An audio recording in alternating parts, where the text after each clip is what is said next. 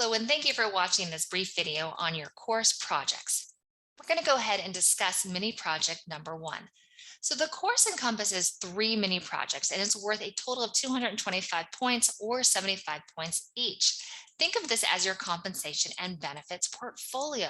So really the purpose of the project is to simulate the real world working environment, or in other words, what a compensation or an HR professional may face. One of the things I always found very frustrating when I was in school, trust me, I spent my adult life, pretty much my whole adult life in college, was that I learned a lot in the courses, a lot of research papers, a lot of different theories, but I never really got that hands-on experience. And so what I like to do with my classes, I have over 20 years of HR experience.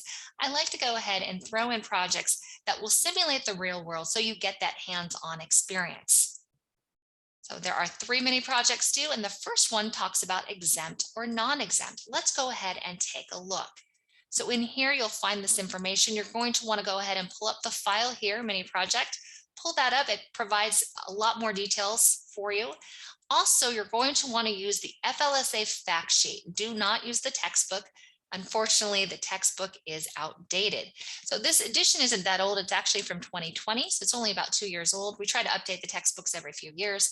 However, the law changed in 2019, and I guess the textbook did not catch up. So if you use the textbook, you are not going to do well on this assignment. So please use this FLSA fact sheet. I'm going to go ahead and pull up the document, and we will go through this together.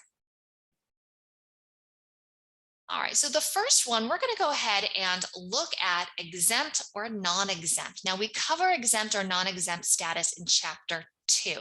So even though this assignment is due the week that we're covering Chapter 3, you certainly can go ahead and work on it while we're covering Chapter 2 as well. It'll certainly help you out. So exempt or non-exempt, that is the million-dollar question.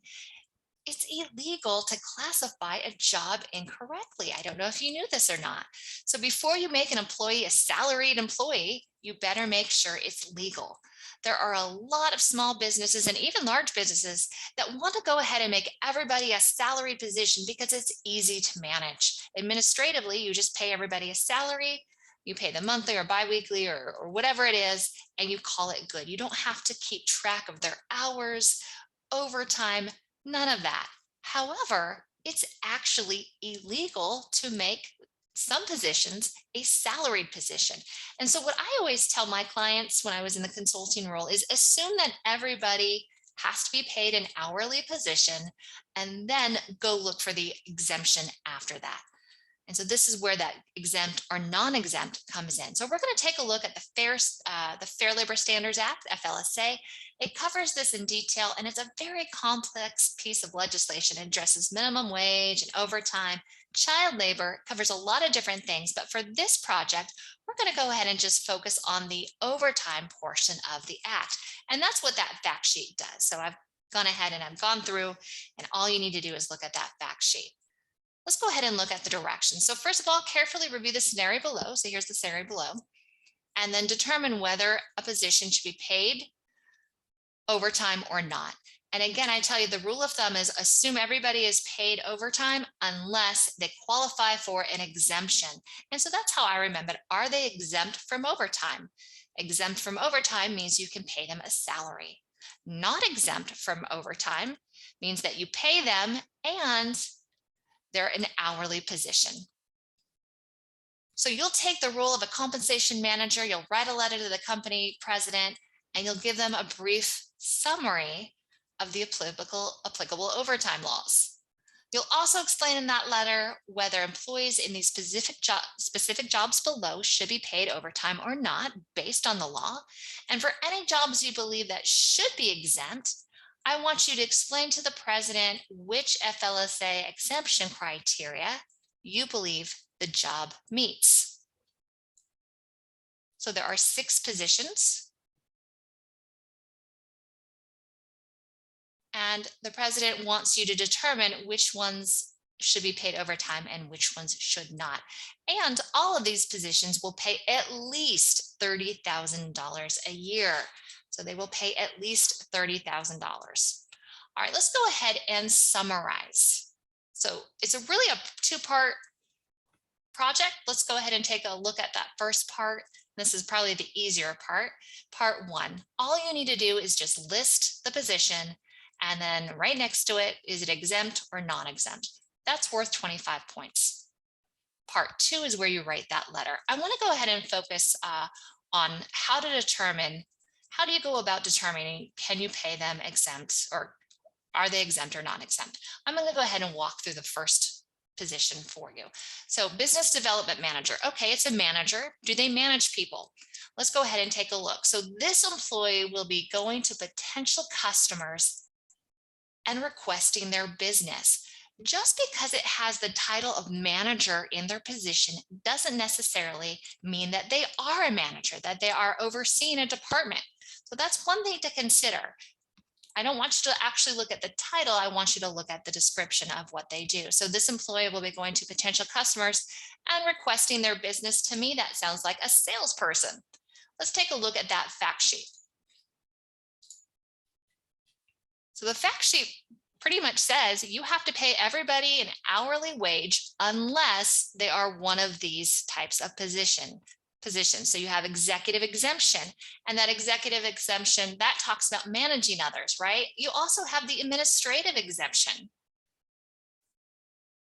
We have the professional exemption, computer employee exemption, and then outside sales exemption. Right, so based on, and there's more, there's a couple other things. So let's go ahead and look here. So based on their description, this employee is going to potential customers and requesting their business. That sounds like an outside sales rep, right?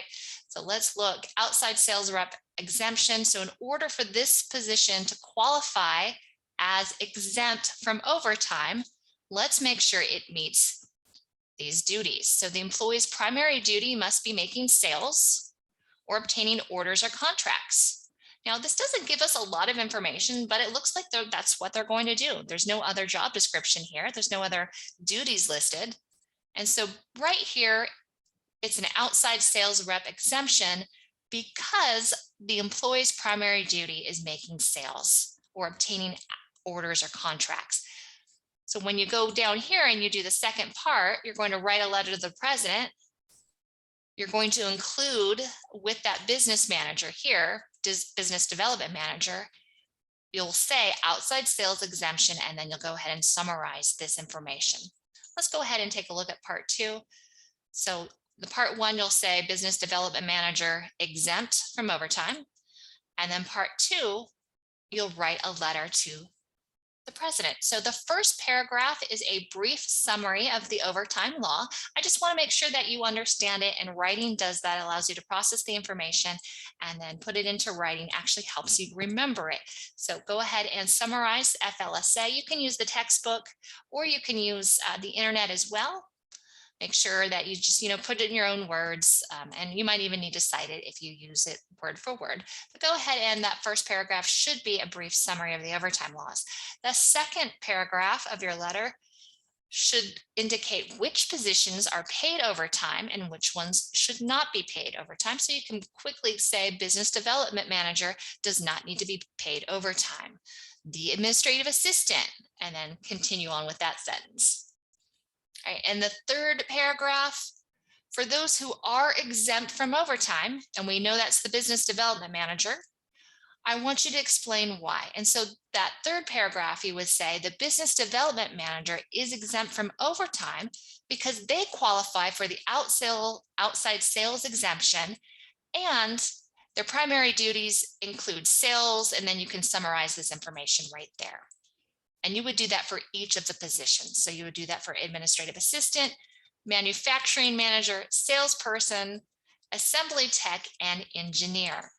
And all you would do is you would look at their job description and line up to see if they qualify for an exemption.